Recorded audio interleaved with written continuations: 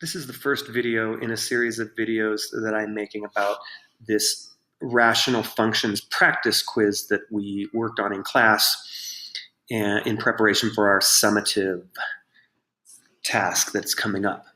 And this first question is about identifying what is a rational function and what is not a rational function. And we really just have to understand a couple of things about rational functions in order to do this. First of all, a rational function is something that can be written as a ratio.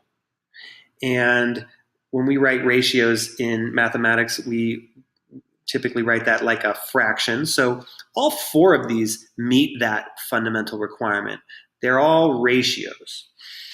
The second thing that we have to understand about rational functions is that they are ratios of polynomials.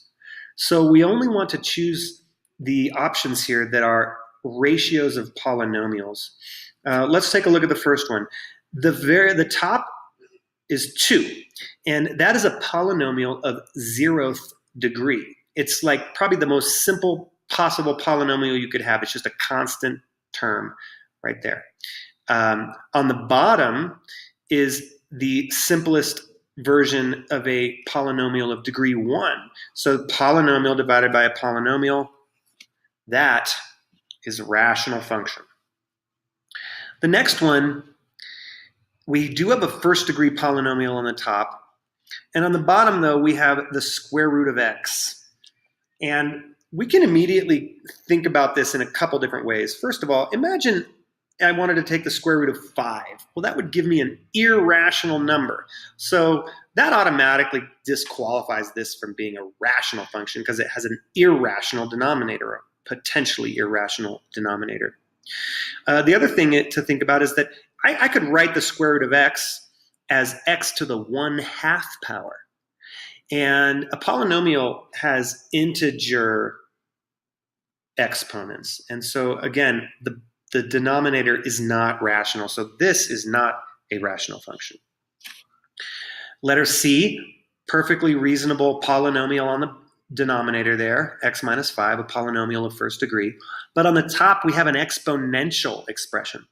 Whenever you have a variable in the exponent, you're dealing with an exponential expression, which is not rational. It's not a polynomial, so this is not a rational function.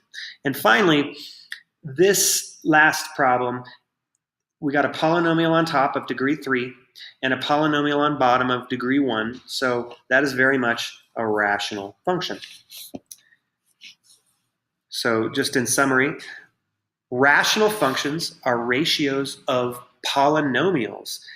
And if you have something with a radical in it, or if you have an exponential expression, that is not a polynomial. So any ratio that involves non-polynomial expressions is not a rational function.